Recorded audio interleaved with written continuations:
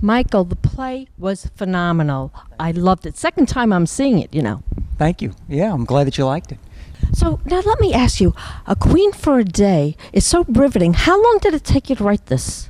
It probably took me start to finish about a month and a half. But from then you keep revising and revising. We had done readings and you'd go through it and then you're cutting and you're adding. So, you know, it's kind of a process over, you know, a couple of years, but the bones of it, it took me maybe a month to 45 days. To be Queen for a Day is to actually have a proper agreement, and you're an attorney also, right? So that the person is allowed to almost confess and get away with it on this one day.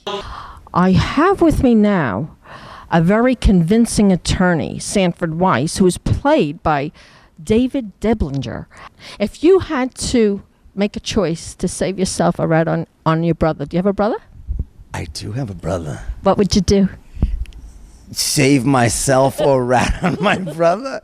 I like to think that I would not rat on my brother. You know, I do love my brother, so that I wouldn't do that. And he might be watching, so we just want your brother to know he would never tell on you. Tell on you. I've been given this magnificent gift by Michael Ricigliano Jr.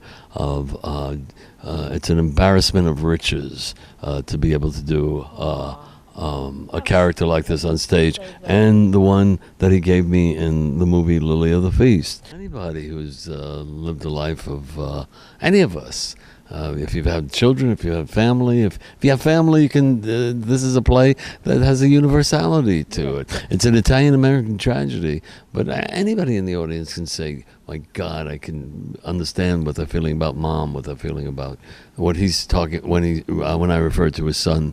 That is home till he's 40. We all...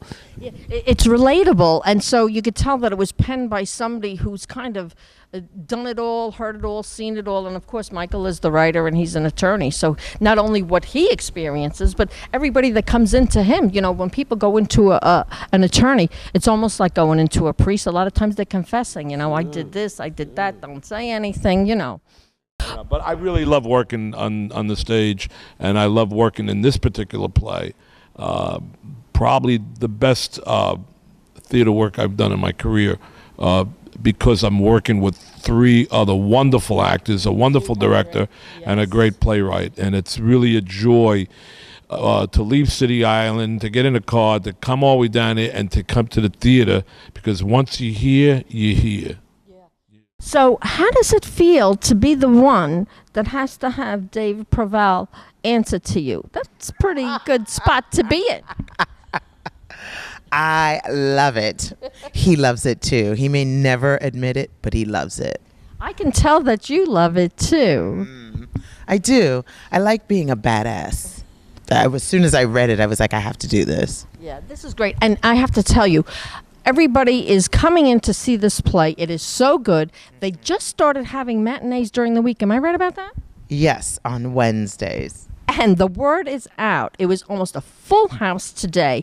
And I want to say, when you come to see this, A Queen for a Day, this is in a fabulous area of New York. There's wonderful restaurants, from Italian, pizza places, diners.